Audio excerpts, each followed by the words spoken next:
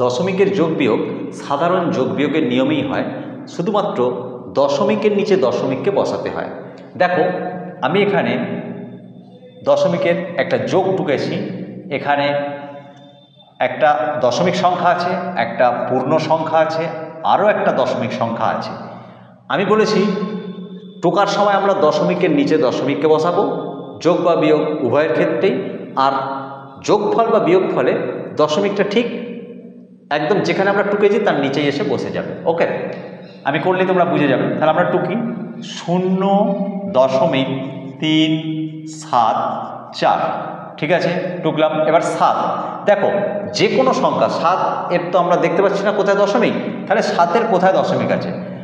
কোনো সংখ্যায় যদি তুমি দেখতে না পাও দশমিক, অর্থাৎ সংখ্যা যদি বড় হয় তাহলে তার সামনে বা মাঝে যদি না থাকে তাহলে জানবে দশমিক তার একদম শেষে আছে, দশমিক তার শেষে আছে, ঠিক আছে।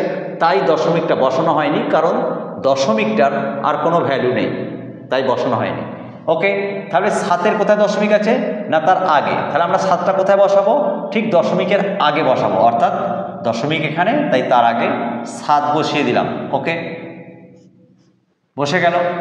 এরপর আছে 30.006, তাহলে দশমিকের নিচে দশমিক বসাই। তাহলে দেখো 7-এর পরে আমি দশমিক বসিয়ে দিই, এরপরে 3টে অঙ্ক আছে, আমরা 0 বসিয়ে দিলাম, কারণ দশমিকের পরে কিছু নেই, মানে অসংখ্য শূন্য আছে, তুমি ইচ্ছা মতো শূন্য নিতে পারো, মানে প্রয়োজন মতো। ওকে, তাহলে আমরা কি বসালাম? 7, তারপরে দশমিক, এবং যেহেতু ওপরে 3 অঙ্ক আছে তাই আমরা 3টে শূন্য বসিয়ে দিলাম। তারপরের অঙ্কটুকুই কত আছে? 30.006, তাহলে দশমিকের নিচে দশমিক বসিয়ে দিই, তার আগে আছে 0, তার আগে আছে 3। ওকে, দশমিকের পরে আছে 006, তাহলে বসিয়ে দিই 006। তারপর যেমন সাধারণ নিয়মে যোগ সেরকম যোগ করব, 4 আর 6, 10, হাতে 1, 7 আর 1, 8, 3।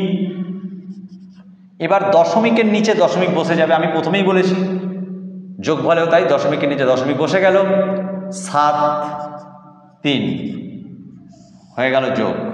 ওকে, আমরা লিখে দিতে পারি যে নির্ণেয় যোগফল 37.380। ওকে, এবার বিয়োগ।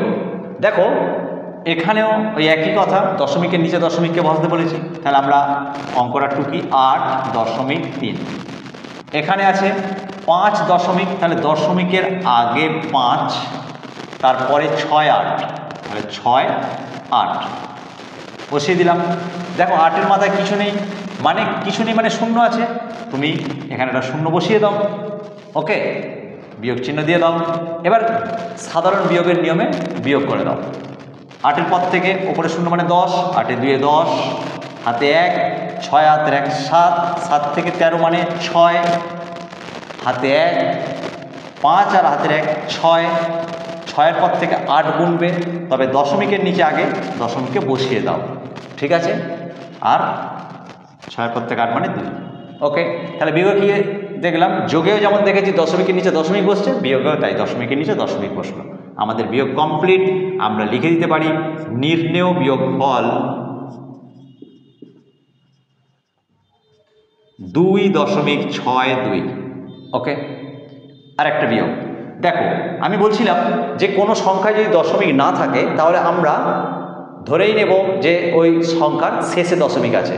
এখানে আছে 9, ঠিক 7 কোথায় দশমিক ছিল? 7-এর পরে, তাহলে যদি 9 হয় তাহলে নিশ্চয়ই শুধু 9 মানে 9-এর পরে দশমিক আছে, তাই তো?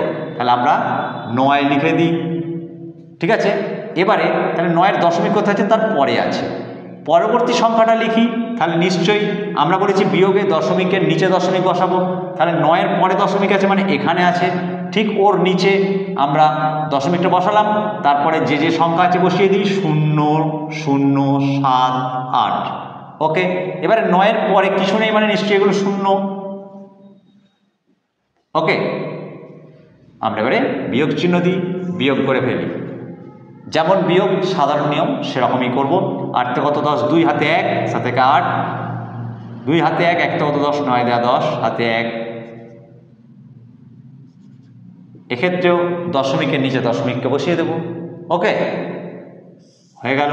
অতএব নির্ণেয় বিয়োগফল